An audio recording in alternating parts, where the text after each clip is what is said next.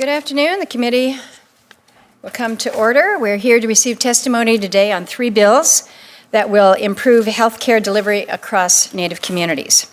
First bill I want to highlight is S.2098. This is a land transfer bill that I introduced with Senator Sullivan. It would transfer approximately 3.4 acres of federal land in Anchorage for the IHS to the Southcentral Foundation. This is an Alaska Native tribal health organization that already provides health care to IHS beneficiaries under a self-governance compact. On this site, SCF operates the Quiana Clubhouse, which serves adults over 21 with serious mental health needs through culturally grounded behavioral health services. SCF is ready to expand the facility and offer more intensive outpatient programming. We heard a lot about it this morning, but they cannot move forward until they own the property, so this bill would make that possible. The other 2 bills before us were introduced by our colleague, Senator Rounds, and they focus on fixing real challenges. I want to thank Senator Rounds for advancing these and really prioritizing these issues. Tribal members face so many issues with purchased and referred care, PRC. The PRC allows the Indian Health Service to purchase care from private providers for tribal members when the needed care is not available through IHS. S.1055, the Indian Health Service's Emergency Claims Parity Act, would give patients more time to notify the PRC after receiving emergency care from 72 hours to 15 days. Right now, many tribal members are expected to meet a tight reporting deadline while dealing with a medical emergency, and this bill would bring fairness and common sense to that process. S.699, the Purchased and Referred Care Improvement Act of 2025, addresses reimbursement delays for the purchased and referred care. When IHS payments to non-IHS providers are late, patients can end up facing collections or find themselves saddled with unexpected medical debt. S.699 strengthens liability protections and requires procedures to be developed for IHS to reimburse patients who paid out of pocket for PRC-approved care. I'd like to acknowledge and thank our witnesses for being here. It is very important that we hear from the IHS on these bills, so thank you. I'm also grateful to Vice President Ross and Council Member Seymour for traveling from Alaska and Washington State to share their testimony. We appreciate that. We do have one more vote after this series, so we're going to be popping in and out and committee meetings as well, so we apologize for a little bit of the disruption, but we're making good progress, and I now turn to my colleague and the ranking member, Schatz. The vice chairman, excuse me. Thank you, Chairman Murkowski, for convening today's hearing on legislation to improve health services and facilities for Native communities. The federal government has a fundamental trust responsibility to provide health care to American Indians, Native Hawaiians, and Alaska Natives. This obligation is not and cannot be an aspiration. It is a duty grounded in federal laws, treaties, and the federal government's own promises. When it fails, Native families pay the price. And yet lofty promises from Secretary Kennedy to, quote, protect healthcare access and strengthen delivery systems across Indian country have not come to fruition. We've seen the opposite. Tribes and their advocates have consistently raised alarms about HHS's office closures, budget cuts, and new administrative processes that delay healthcare delivery. I've sent letters to Secretary Kennedy seeking basic information that tribes and the Native Hawaiian community need to know. In these letters, the chair and I asked about reorganization and reduction in force plans. We asked about IHS staffing levels, hiring freezes, and the practical impact of delays in filling vacancies. And I asked about the changes to grant review processes and what those changes mean for tribal and urban Indian health programs trying to plan a year or even a month ahead. This committee even held an oversight hearing last May highlighting all HHS programs serving Native communities and the agency's obligations. But we have struggled to get timely, straightforward information. Responses often come late, are often incomplete, and use carefully worded generalities rather than providing real answers. Let me be clear, it should not take repeated letters to get plain English explanations of what is changing at HHS, why it's changing, and how and whether tribes were consulted before decisions were made. This is not an unreasonable ask, it's not even a partisan ask. It is Congress doing its job and the tribes demanding the respect that they are owed. Tribes need a federal partner that provides concrete information, answers questions, and treats consultation as a real process, not a box-checking exercise. The consequence of this failure to communicate are not abstract. IHS civilian workforce is at a 10-year low. Clinics struggle to operate without staff, and patients cannot access the care that they need. Tribes can't reach agency staff for solutions to urgent problems that they face. So going forward, I hope IHS will agree to come prepared to talk to our committee and answer questions about basic matters of accountability and real steps that the agency is taking to improve access to health care. And while I'm glad that IHS announced an effort to begin a new hiring initiative for medical professionals, the details are scarce again. The agency press release vaguely cited a comprehensive workforce plan, but Congress has not seen it. And the tribes were not consulted. And so my message today is straightforward. HHS has to begin to restore a basic level of trust by sharing facts, timelines, and clear commitments to Congress and to Indian country. Tribes will keep advocating for their citizens as they always have.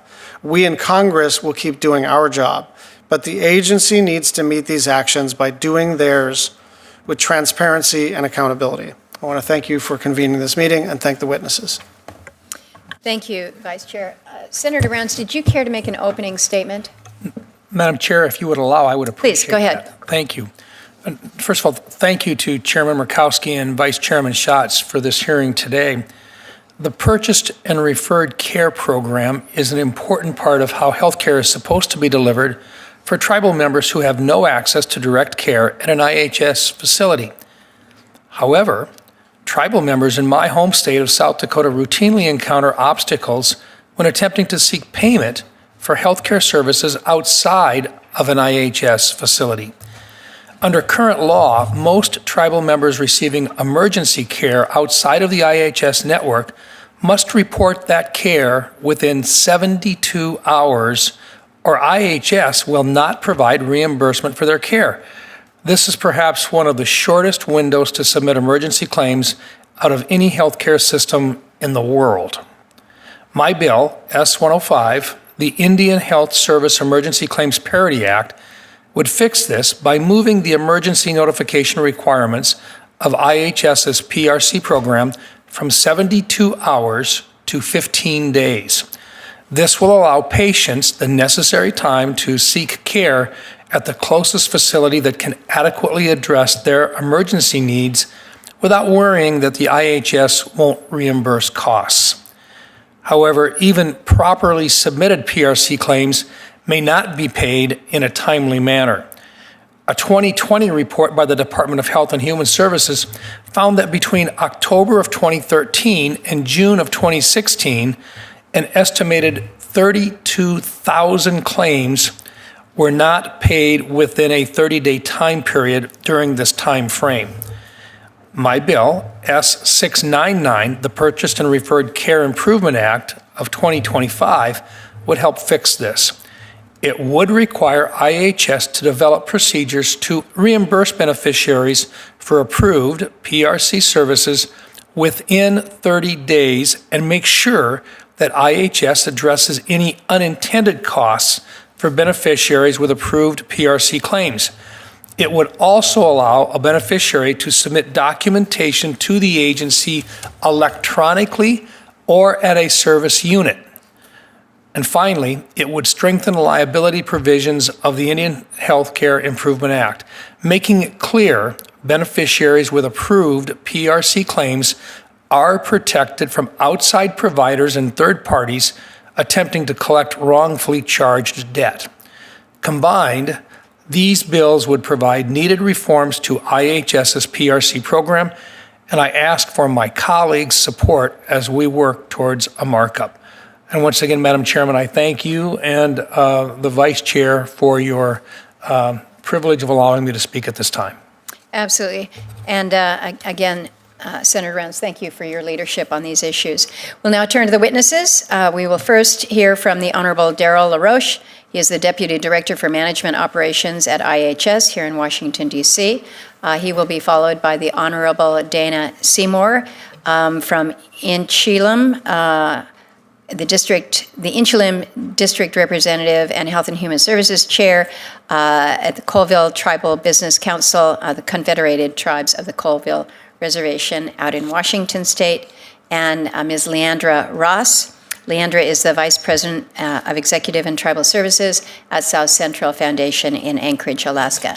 I will just remind our witnesses that we do have your full written testimony, so we would encourage you to try to keep your your verbal statements to about 5 minutes, and then we'll have an opportunity for questions following that. So, Mr. LaRoche, please, with your testimony, please, and thank you.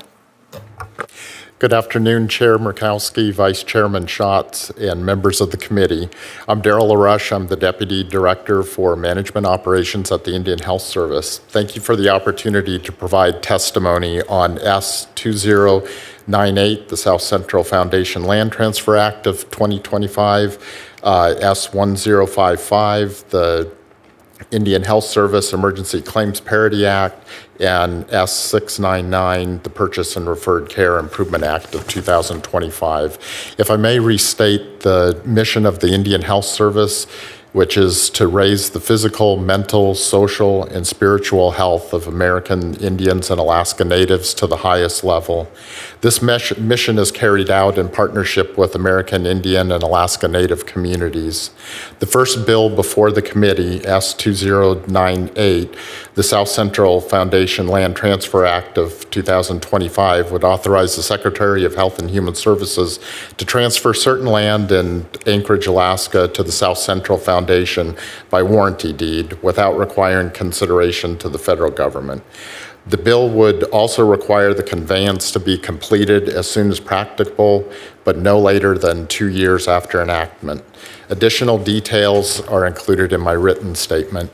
As you know, Chair Murkowski and members of the committee, Congress has considered similar legislation in previous years that mandated land transfers by warranty deed rather than by quitclaim deed, and the department has the same concerns with S.2098.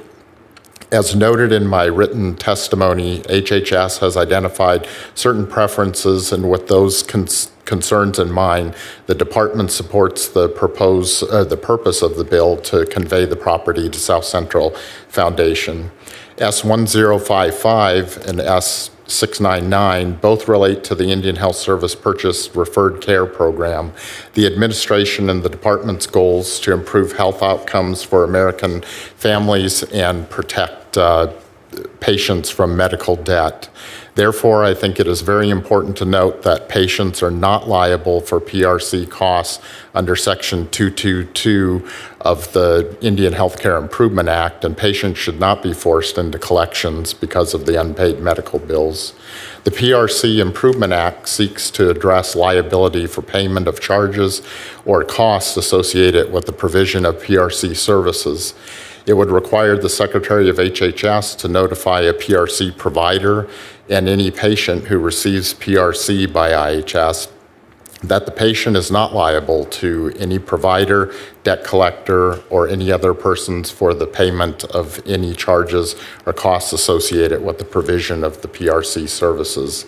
It would further require the Secretary through IHS and in consultation with Indian tribes to establish and implement procedures to allow a patient that paid out of pocket for PRC authorized by IHS to be reimbursed by the IHS for that payment when the patient submits documentation to the IHS consistent with the procedures established under the PRC Improvement Act.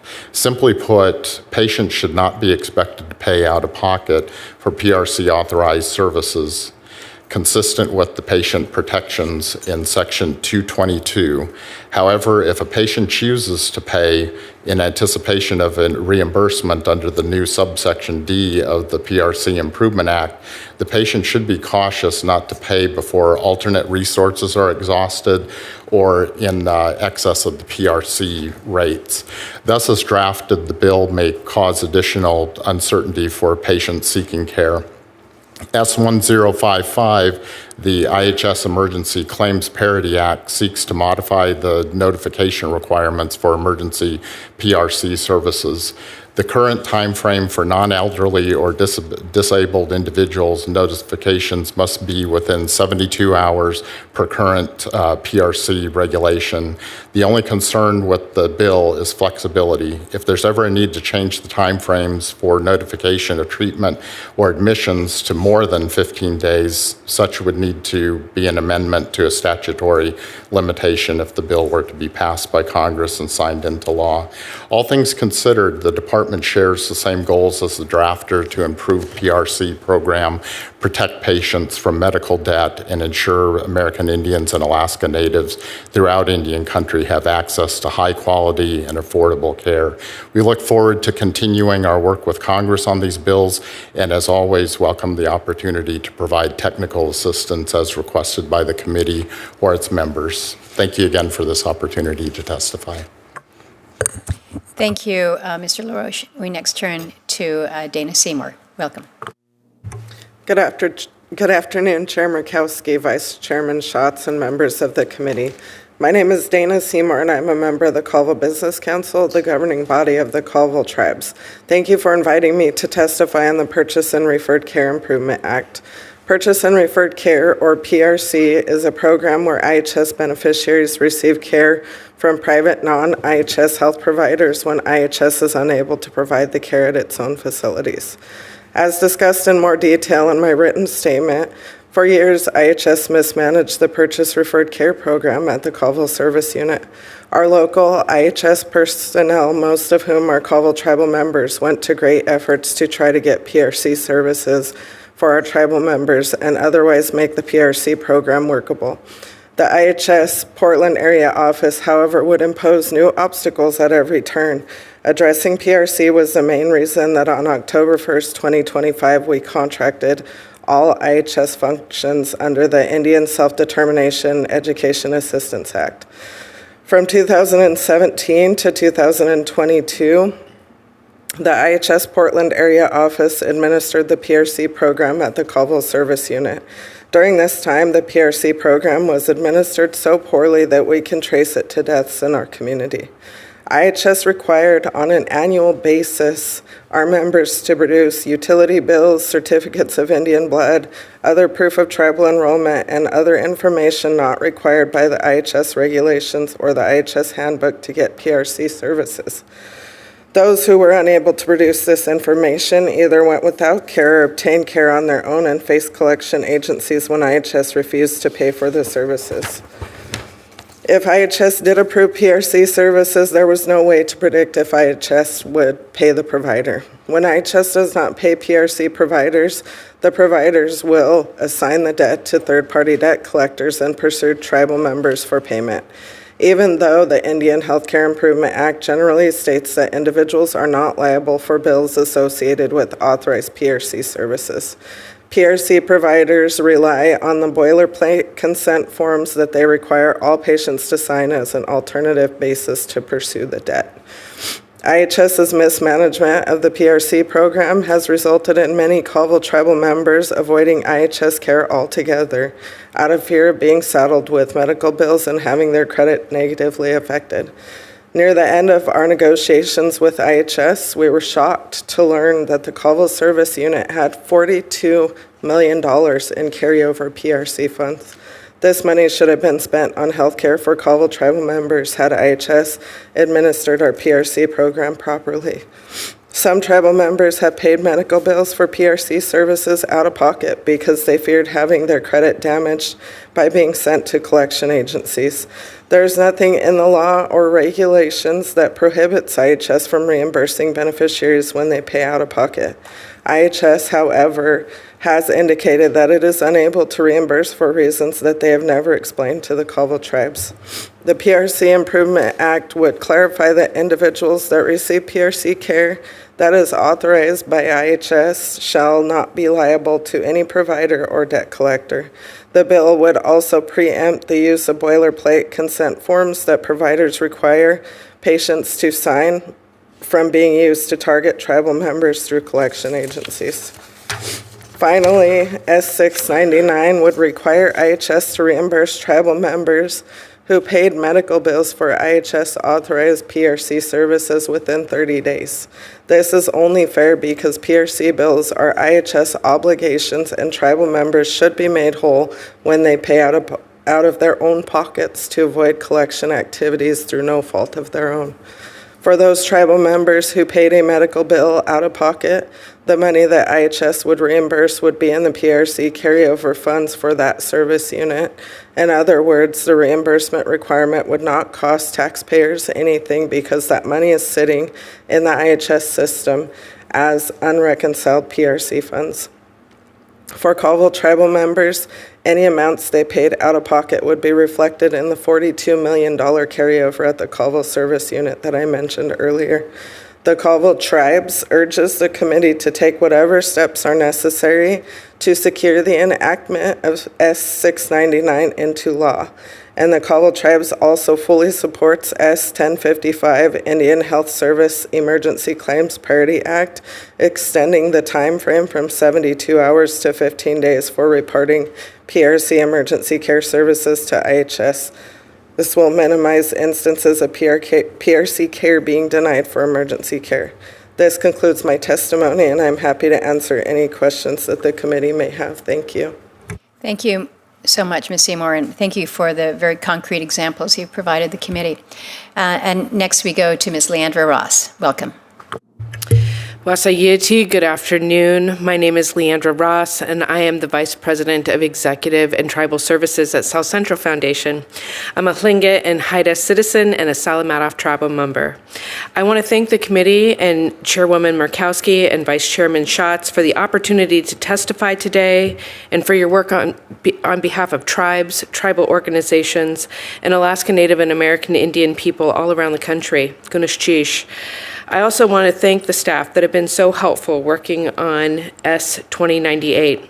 Southcentral Foundation, or SCF, is the Alaska Native Tribal Health Organization under the Tribal Authority of SERI and designated by 12 federally recognized tribes. We provide healthcare services to beneficiaries of the IHS who we refer to as customer owners, as we're both customers and owners of our own healthcare. SCF is one of the largest employers in Alaska, with 3,000 employees that support the physical, mental, emotional, and spiritual wellness of over 70,000 customer owners, including residents of 55 rural villages in a service area that's over 100,000 square miles.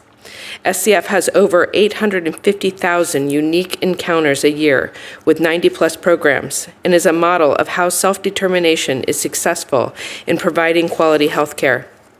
Today, I'm here to testify on the Southcentral Foundation Land Transfer Act. This bill will transfer the title of land that the IHS currently owns and on which SCF operates the Koyana Clubhouse. This land transfer is necessary for SCF to build a new 44,000 square foot building for two critical programs. The buildings we are using now for the Koyana Clubhouse are some of the oldest the IHS has in Alaska and were not built to provide direct services to customer owners. In fact, the space currently used as an arts room was the old IHS hospital morgue. With the new building, we'll be able to expand services to some of Anchorage's most vulnerable individuals who experience chronic mental illness and adults with complex behavioral health and substance misuse needs. The Koyana Clubhouse, operating for more than 30 years, is an answer to the ongoing needs of adults with chronic mental illness to live a stable, healthy, supportive life in community. Koyana Clubhouse is a day treatment program that blends integrated behavioral health and primary care services to further meet individualized treatment goals done through the provision of support, including medication and case management, individual and group therapy, and cultural and wellness activities. Today, SCF has 114 customer owners in the program. The success of Koyana Clubhouse is evidenced by the fact that all participants are living in stable housing. In Anchorage, where sadly many Alaska Native people are unhoused, it is remarkable that with supportive services such as those offered at Koyana Clubhouse, customer owners can overcome this hurdle. I'm also pleased to share that 8 customer owners currently participating in the program have achieved their goal of employment. We're proud to support Koyana Clubhouse participants with over 87% reporting ownership in their own health care, some of which are Alaska Native veterans. The new building will not only double the capacity, but it will allow us to align and co-locate SCF's intensive case management services into the same building. The ICM program is a community-based program focusing on outreach, engagement, intensive community case management, and linkages to other critical services, such as housing, that assist individuals to increase their level of independence and develop a community support network. Think of ICM as one precursor to participating in the Koyana Clubhouse. ICM works with customer owners where they're at, whether that's in a homeless camp or living with family members, to grow on their journey towards wellness. S.2098 will make possible the expansion of both programs in a state-of-the-art facility by giving SCF ownership of the land to build the building needed for our customer owners. SCF is ready to take advantage of the short building season and begin this project this summer with passage of this bill. To that end, we hope that the transfer can happen expeditiously. Again, Guneshish, thank you for the opportunity to testify today, and I'm also happy to answer any questions that you may have. Thank you, Ms. Ross.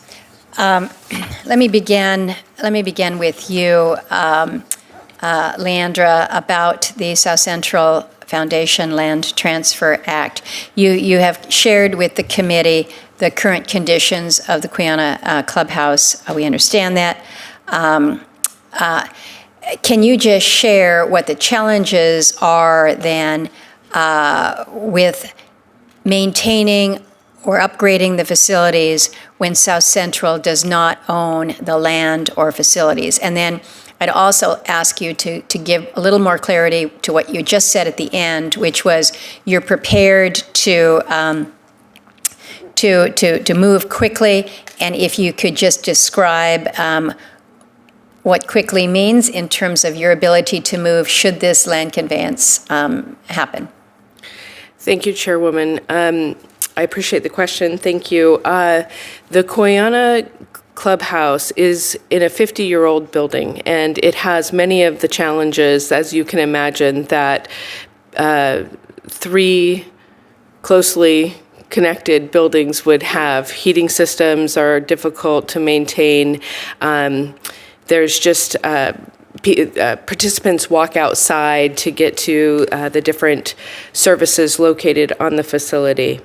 This facility is one that we would love to see increase for our customer owners. We'd love to be able to build this summer. We are at currently a 35% design for the building. We're ready to build, and it will. So if I can just ask on that, you're ready to build 35% design, but the thing that is holding you back is you do not have the warranty title. Right. We do not have ownership to the land. Yes, and so we just would like the ownership through this land transfer to be able to build. And if that is to come through this conveyance, you are prepared to move to start construction this year. We're excited.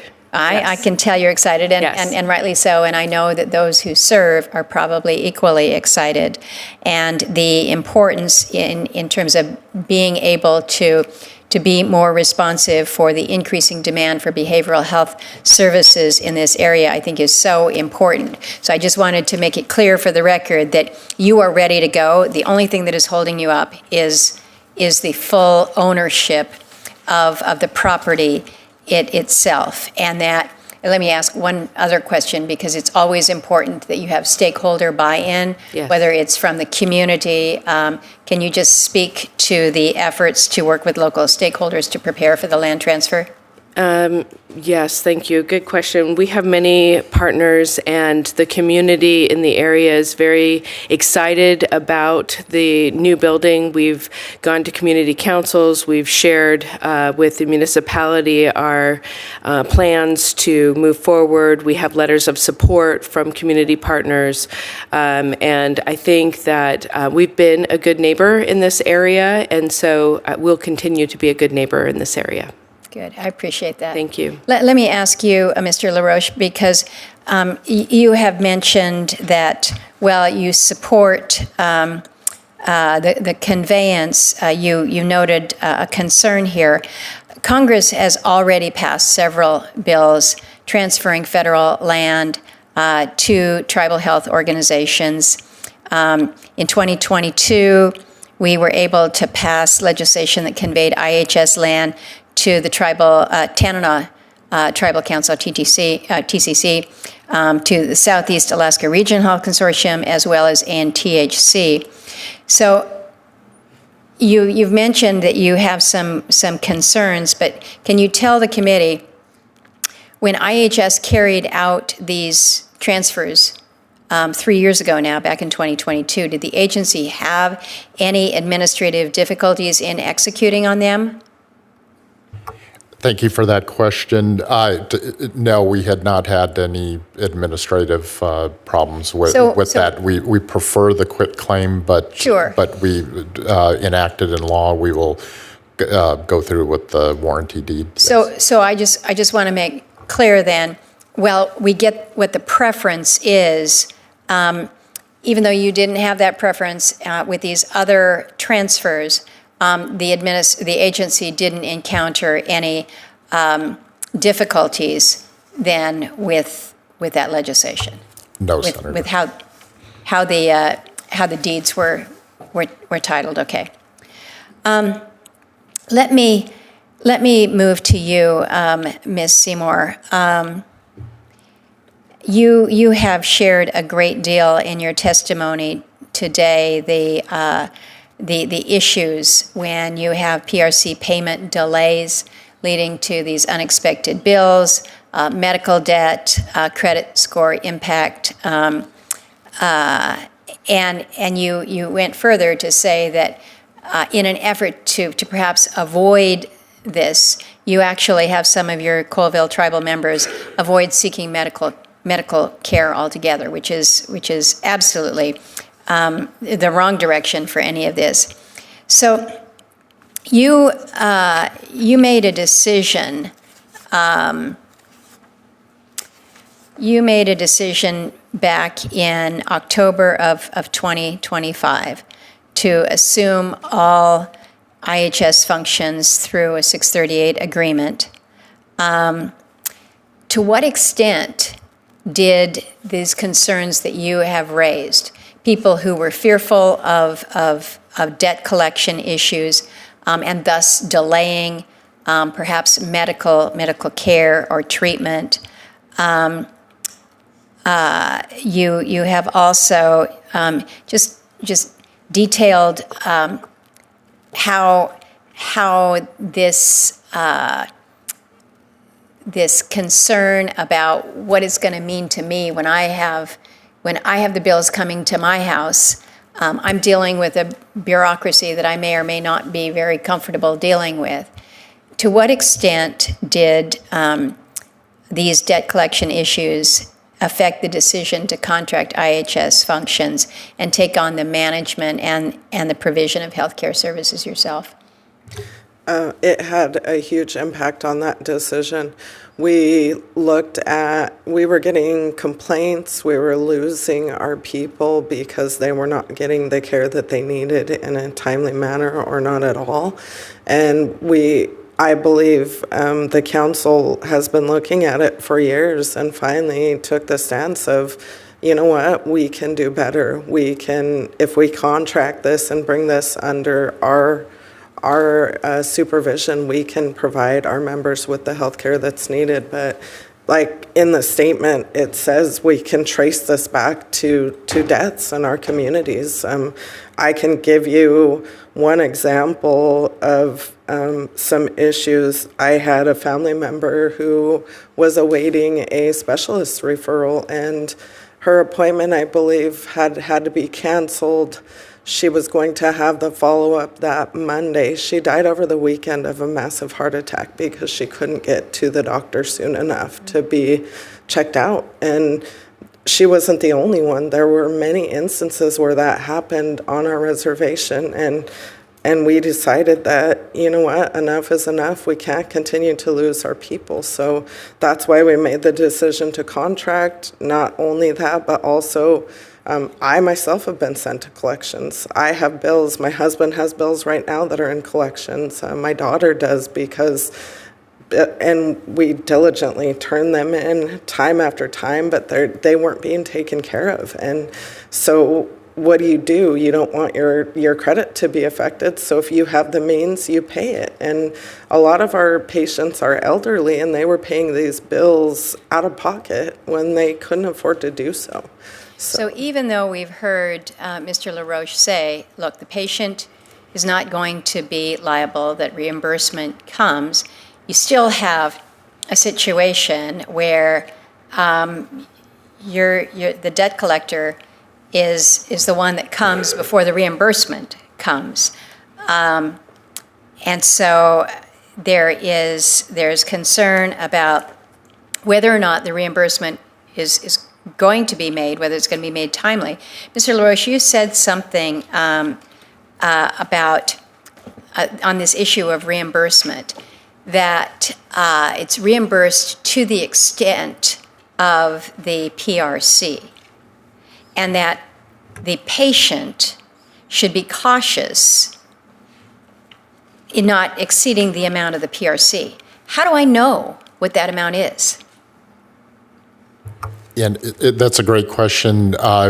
It would have to do with whatever that service is that they were sent out for, as far as usually the PRC program is paying providers, so that's what we're used to doing. So Right. Yes, the patient wouldn't necessarily know what that reimbursement rate is. You know, that's the heartburn that I've got with all of this, is you're putting the burden on the patient. If I'm going to go in for a mammogram, all right, and I don't necessarily check to see if the cost for that procedure in the area that I'm in is within the scope of what is approved within the PRC, and you're saying, all right, you're not going to be on the hook ultimately, but it could be a situation where we don't know how long that reimbursement is going to take, and in the meantime, who knows, it gets sent to a debt collector,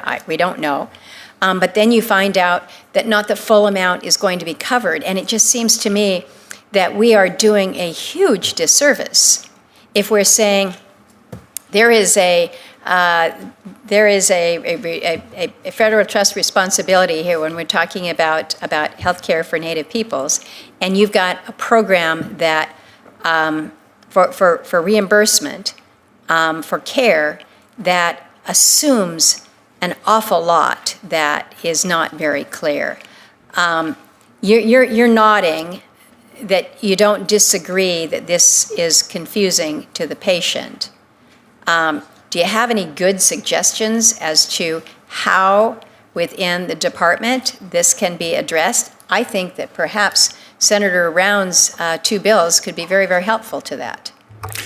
Definitely. The PRC program in IHS has always been set up to deal directly from IHS to a provider, so that's why it's a little bit more confusing when we start talking about a patient having to pay on that.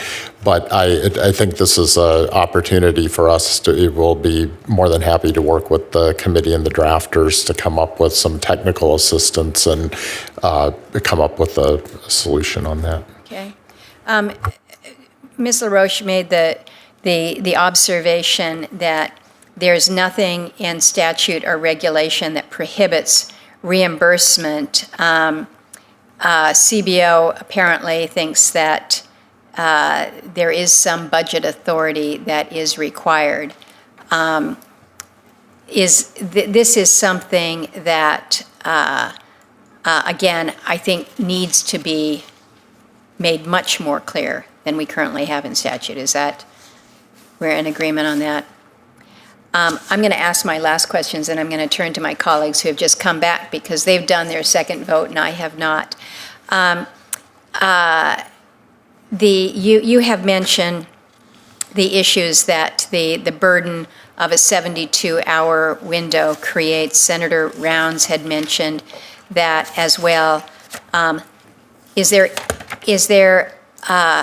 you think that people understand that this 72-hour reporting issue is a problem for them, or is that just an issue with the providers themselves? Yes, please, thank you. So it's an issue for, I don't think everybody understands, and I think that's where it would be helpful for more education to the patient, but I think it's very cumbersome, like Senator Rounds had said, because if you have somebody who is in an accident and they're in ICU for 2 weeks, that you're limited to a 72-hour, but within those first 72 hours, your family is so focused on if you're going to live or not. The last thing on their mind is calling IHS to report to the PRC department that they're in the ER. And at that point, you don't know if they're going to stay at that hospital or be shipped to another. And then there's repeated calls that have to be made. So I think the 15 days would give a lot more grace time for the families and for the patients, because I think the first 72 hours of any illness is critical to taking care of yourself or your family member who's in the critical illness and in that time frame. But I think part of it is that patients don't quite understand that, and so it doesn't get reported, and then they get released from the hospital, say it's in 4 days, and then they call and then it's too late. So now they're stuck with this astronomical, ER or hospital stay bill that they have. Because attached to those bills also, like we're in a rural area, so if you get life flighted or ambulance, that's attached to that bill as well too. So if you don't report that, I mean, that could be $200,000 to $400,000 depending on where you're flown to. So. Thank you for that. And Senator Cantwell, we'll turn to you, and then Senator Lujan after that. I think Senator Schatz is coming back. I'm going to go vote. But I think Senator Rounds has presented a couple really strong bills on how we can improve purchased and referred care. But we've heard some really very interesting testimony here today in terms of how a system that should work better, that should ensure that Native American patients, when they go to seek care, are not ultimately on the hook, but it's some pretty troubling stories. So I think we've got some good suggestions out there, and then Ms. Ross from Southcentral Foundation working on great initiatives when it comes to the opportunities for access for mental and behavioral health. So I'm going to turn it to Senator Cantwell next, and Thank you, Chair Murkowski. Thank you for you and Vice Chair Schatz for holding this legislative hearing, and the chair just mentioned Senate Bill 699, the Purchase and Referred Care Improvement Act. I was glad to join Senator Rounds on that. I want to thank Councilmember Seymour for traveling all the way from Colville to be here in Northeast Washington. So very challenging to get all the way across the country, particularly. We just had some people in the office from Oroville, and I was like, how'd you get here?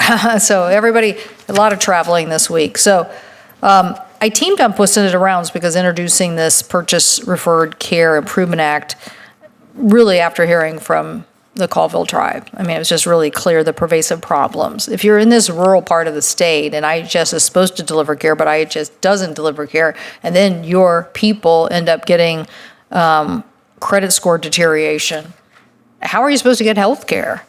And it's all because Indian Health Services was not paying its bills. So as we already heard from the council member, the Colville Reservation, which encompasses 1.4 million acres, so no small area of geographic area to serve in the northeast corner of our state, there are no full-service IHS hospitals and a 60% vacancy rate at Colville IHS service unit. Now, that's basically abdication of duty, if you ask me. It's just abdicating the duty that we are supposed to provide for health care.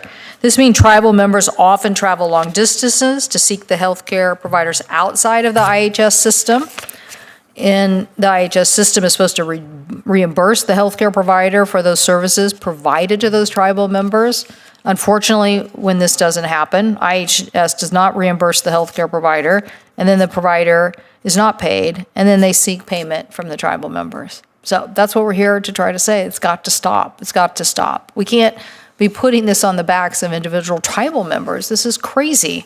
Live up to our responsibilities in delivering care, either through the IHS system, or let us go get care and pay for it. That's the role and responsibility here of the federal government. So tribal members, including elders and elected officials, have been sent to collection debt creditors. So literally, we're not providing the health care, but then we're letting debt collectors prey on individuals. So the Colville Tribe recently learned that there was a $42 million in funds that should have been spent on health care for tribal members if only IHS had administered the program properly. Recently, the Colville Tribe assumed all IHS functions under the Self-Determination Act. And I must say, I'm so proud of our state where we have become the primary provider under self-governance of clinics around the state of Washington.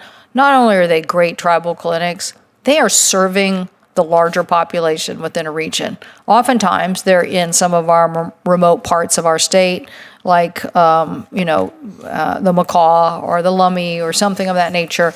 And not only are they providing great Indian health services, but they are providing care to the larger community and really becomes a stabilizing force for healthcare within the region. And obviously, Indian country, because it's been preyed on for the most egregious abuses of narcotics, with people locating big fentanyl centers. Why do they locate in Indian country? Well, I just said the vast land that basically is there at Colville or somewhere else is because you can't cover all that land. You can't cover all that tribal land. You can't cover, they know that tribal law enforcement is challenged to deliver and root them out. And so we've had horrific challenges just dealing with the attack on Indian country by the scourge of fentanyl. So, Councilmember Seymour, again, thank you so much for being here to illuminate this. I wanted to talk about how the Purchase and Referred Care Act does support Indian country. And since IHL's healthcare services, since the tribe has taken over and has your own relationships, are tribal members financially getting better protection? So tribal members are financially better protected under the Colville Tribal Healthcare Authority because our purchase referred care payments are issued faster and more reliably than under the IHS system, which is reducing delays, denials, and unexpected patient bills.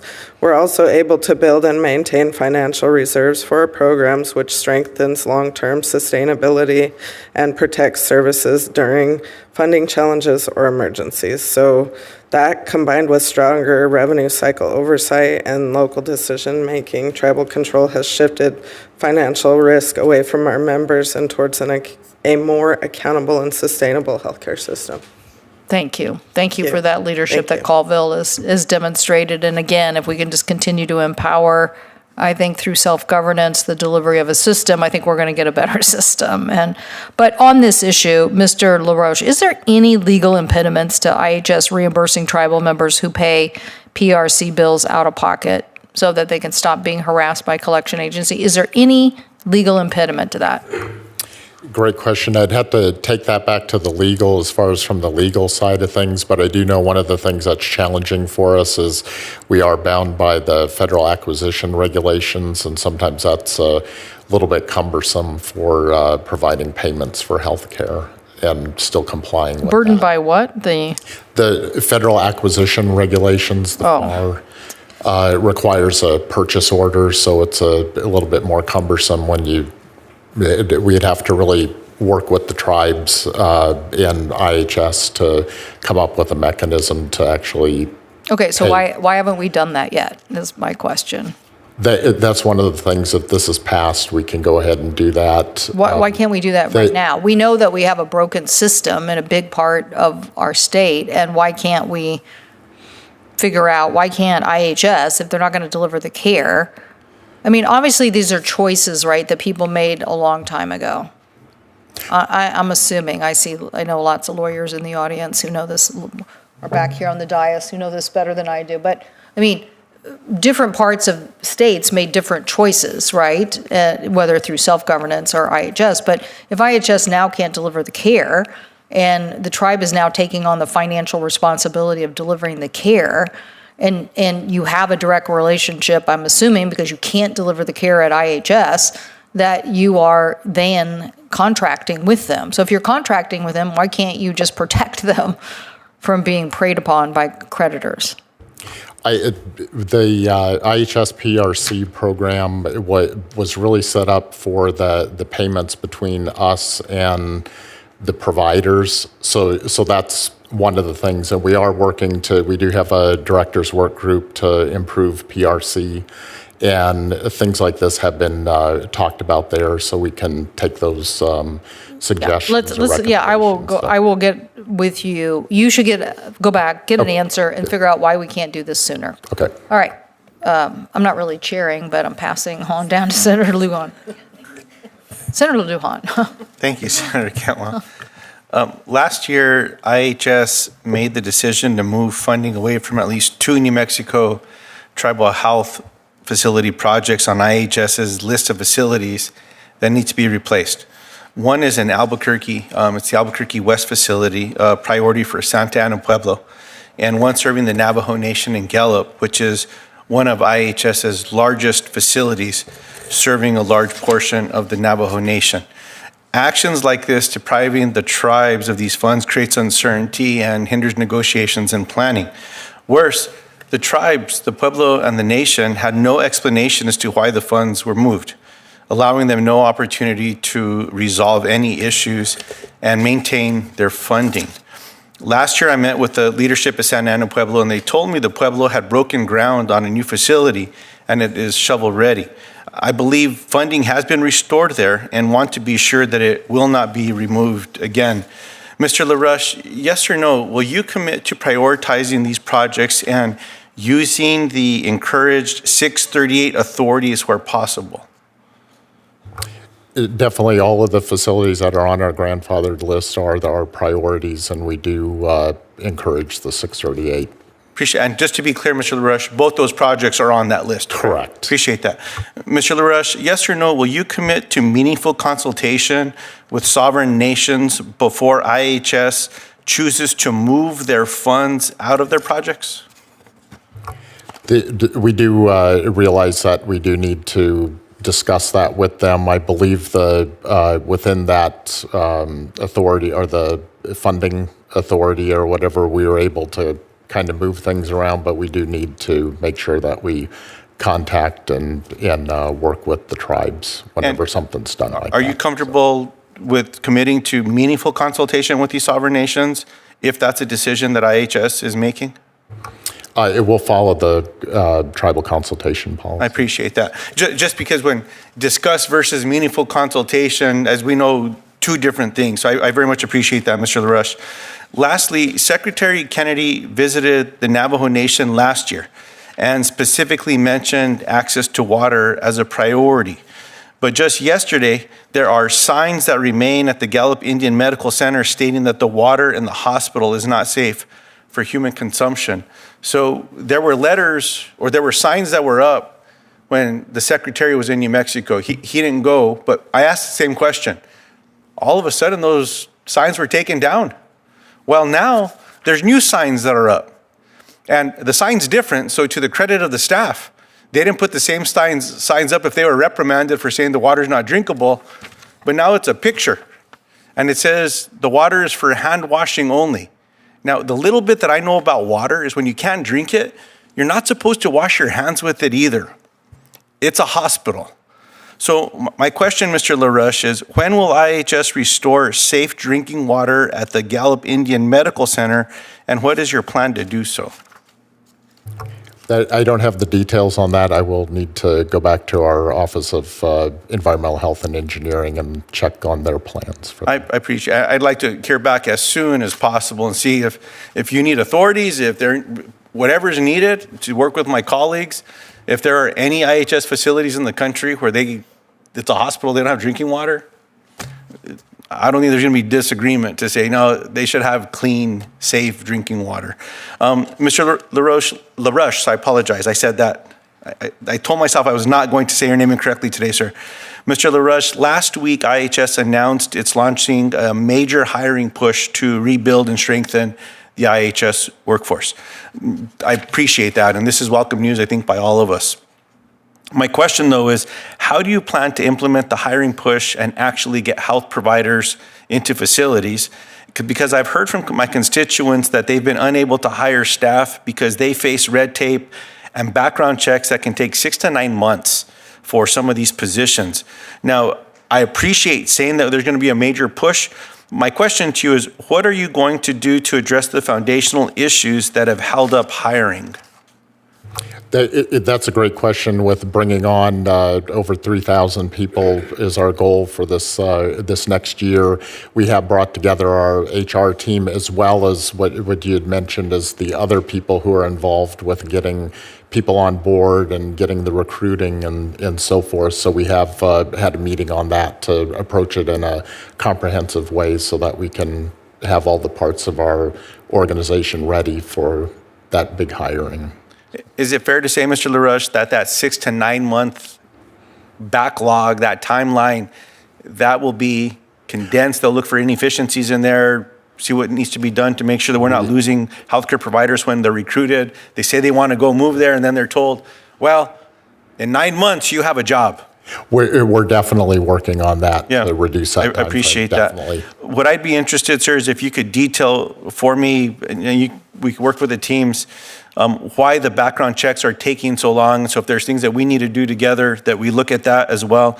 And then what is the concrete problem that needs to be fixed to speed up the background checks? I'm very interested in that.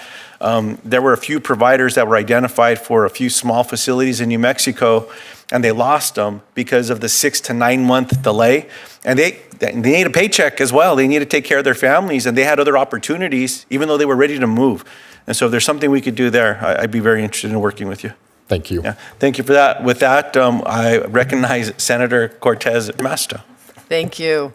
Welcome to the panel members. Thank you very much. I do want to focus most of my questions on S.1055, which is the Indian Health Service Emergency Claims Parity Act. Currently, Indian Health Services beneficiaries are required to notify the Purchased Referred Care, commonly known as PRC, the office within 72 hours of receiving outside care during a medical emergency. Now, the last thing patients should be thinking about during an emergency is having to file the paperwork to make sure their hospital visit is properly covered within the 72 hours of that emergency. So for me, and I think this is why Senator Rounds, I was so pleased that he introduced this legislation and I joined him on it. I think there's an opportunity here to make common sense here, right? So is there, this legislation that we introduced, the Emergency Claims Parity Act, it extends the reporting deadline for IHS patients who seek emergency care outside of those IHS facilities from 72 hours to 15 days. 15 days. Now, Deputy Director LaRoche, in your testimony, you indicated concerns over flexibility, noting that S.1055 would limit the Indian Health Services authority to a period of 15 days. Are those concerns? Could you elaborate on the concerns? I'll say that we do support the 15 days, but if what we're saying is if it is put into law, that if we ever wanted to even extend it longer than the 15 days, go to 21 days or something, that we'd have to come back and go through the federal process here. Is there, and because for seniors and people with disabilities, they have 30 days. Correct. Is there a reason why we shouldn't look at 30 days just for everyone? We could take that back for consideration. But right now, you do support the legislation, the 15 days. Correct. Your only concern is the flexibility if you want to make it longer. Longer, correct. Okay, we might be able to work with that. Thank you. I appreciate that. That's very helpful. Let me ask you this.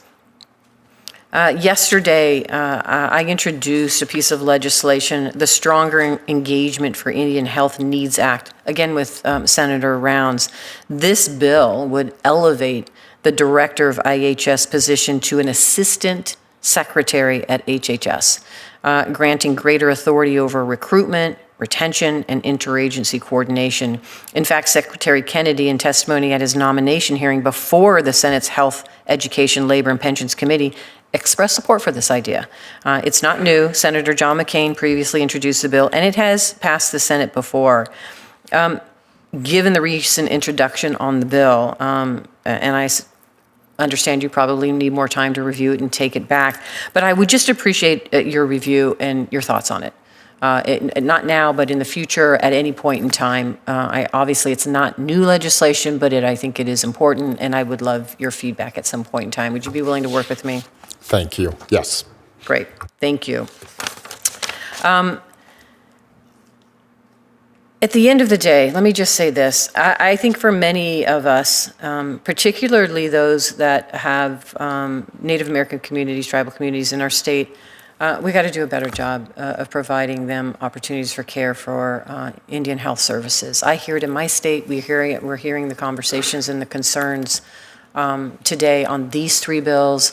Can I ask the other panel members, is there anything else that we should be aware of that we haven't addressed today that you would like to make us aware of concerning whether it's the bills that we heard or the concern just in health services in Indian country or Native American, Alaskan country as well?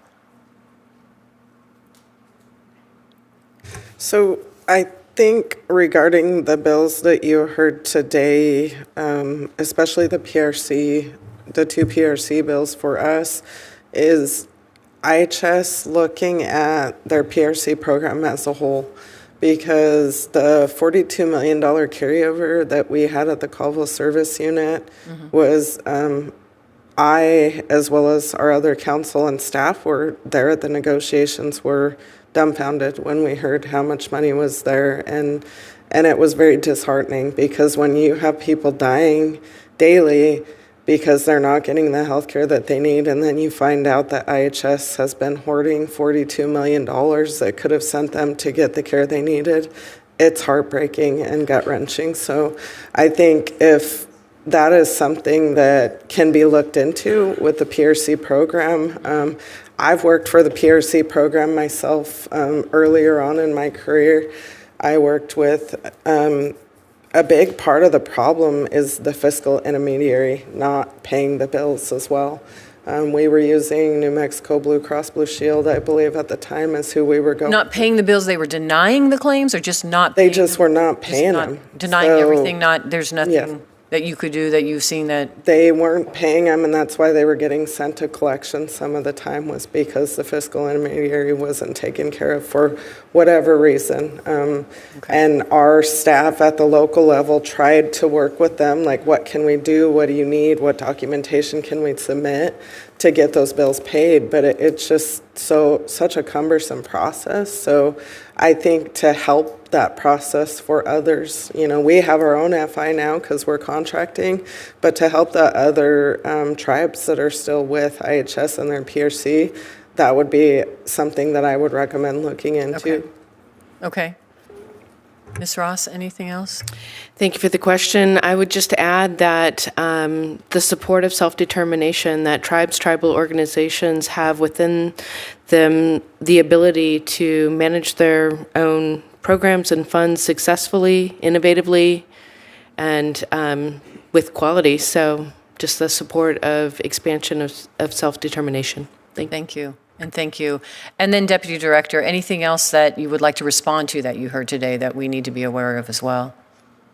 Again, supportive of the bills, and really looking forward to working with the tribe, Southcentral Foundation, and the tribes. And I will say our PRC program, we've been going through a lot of improvement efforts over the past couple of years to do exactly what was brought up here with working with the fiscal intermediary and trying to remedy those. So we're still working on that. So continuous improvement. Thank you. Thank you all for being here. Thank you, Senator. I just have a couple quick follow-ups here. Mr. LaRoche, you note in your testimony that IHS has seen what we're referring to as bad actors in the PRC space when it comes to private providers not following Section 222. The provision prohibiting them from seeking payment from a patient, and you also note that this legislation doesn't provide any mechanism for consequences. Has IHS taken any steps to end agreements with or otherwise discourage these bad actors? Definitely where the bad actors have been identified, we have been working directly with them to go through and make sure that it's not just that they don't understand the process or they're looking for certain things that they're not receiving to be able to put those or get paid by other the other payers that may be involved and things like that. So we are working on that. So it always starts with working together with them and finding out what that problem is. But if there is anybody that's been egregious, we usually don't continue with them. But one of the challenges is sometimes those providers may be the only ones within a reasonable area. And then that ends up, we have to look for people kind of outside of a closer area. That's not a good outcome. You keep somebody that you know has got a bad track record. That's not helping improve the system at all. So Ms. Seymour, it's my understanding that because of what we're seeing with IHS's poor management of the PRC program, you're actually seeing fewer local health providers who are willing to participate in the program. So to your point, Mr. LaRoche, you're saying you might not have anybody in the area, and then because you've got things that are poorly run, you have providers that say, no, I'm not interested in participating, or do you have non-IHS providers that have refused to perhaps schedule appointments with members that have unpaid prior balances from previous PRC claims? I mean, I look at this, and this situation just does not get any better. You're just making it harder to get access to care, even if it's bad with the provider situation. So from Colville's perspective, we have seen providers who have canceled contracts with us because they haven't gotten paid.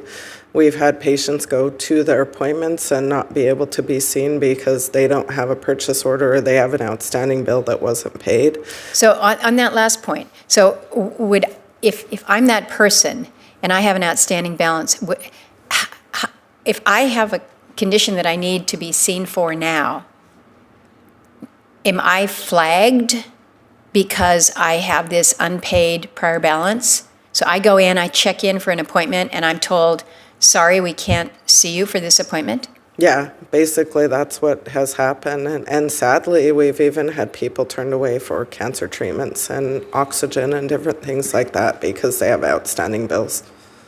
And so the only alternative for me in that situation would be to say, well, I'll just pay out of pocket? Yeah, basically some of them, if they have the means, will make a payment at that time so they can be seen. And that's how we end up in this situation is, they should be reimbursed, but IHS won't tell us why, but that they can't. They just keep saying they can't reimburse patients. But some of them, like I said, are elders, or we live in a high poverty area. So most of the people that we provide services to can't afford to take $100 out of their pocket to pay on a medical bill so that they can be seen by their provider that day. So you last year, so you're not even 6 months into your 638 agreement here. Are you hearing from those who are part of Colville Tribe that the situation is better now? Do they know that they're not going to be turned away at their appointment because of unpaid prior balance with it? I guess I want to know whether or not you have seen improvements because of the direction that you've taken. We have seen improvements, and some of that has come from patient communication, but it's also came from our staff who are initiating the payments and making sure that the payments are being paid timely. They've worked diligently to make sure that they're establishing contracts with all the providers we use, communicating with the providers so they know the process that they need to follow to make sure that we get payment taken care of. And are you seeing more providers that are perhaps now interested in? Yes, we've actually had providers reach out to us to say, hey, we would love to work with you guys, who had previously canceled due to IHS non-payment. But now that they're hearing that we have our Colville Tribal Healthcare Authority administering that program, they're more willing to work with us because they trust that they will get paid. Yeah. And I think this is where you really see self-determination play out in a way that is meaningful, provides for that balance and those true results. And I think just having Ms. Ross from Southcentral Foundation on the panel here today is an example of what you really can do when it comes to tribal health organizations coming together and working to meet the needs of folks where they are, not being as directed or controlled by operations 4,000 miles away. But I think we see very strong examples where not only are we talking about those principles of self-determination, but we're seeing them in action. And, my hope is that those in the Colville Business Council are going to see positive results as you assume this direction. And to you, Mr. LaRoche, I think you've heard some really good examples of the challenges that are being faced. We've talked about this in this committee for a long time. And I'm in a different situation than my colleague in South Dakota, and I'm very proud of what Alaska Natives have come together to develop through our tribal health organizations. In many ways, we're leading the model when it comes to healthcare delivery, and that's exciting. But to know that so many in Indian country are struggling with a system that is clearly not working for them, and in many ways is just punitive on many different levels. When you are choosing to not access care because you're fearful that you don't know how this whole reimbursement process is going to work, or if it's going to be reimbursed, or if you're going to get sent to the debt collector, it's not a place that we should be. So I'm really thankful that the committee is going to engage in these legislative initiatives, and look forward to working with colleagues to help advance them, as well as with the department. And I think I'm reading body language here, and you have not given me serious frowns or no. You're kind of acknowledging some of the deficiencies, the real deficiencies within the department, and an acknowledgement that we need to address them. So look forward to doing that. And with that, the committee stands adjourned. We'll be taking testimony or questions for the record for 2 weeks after this. Thank you.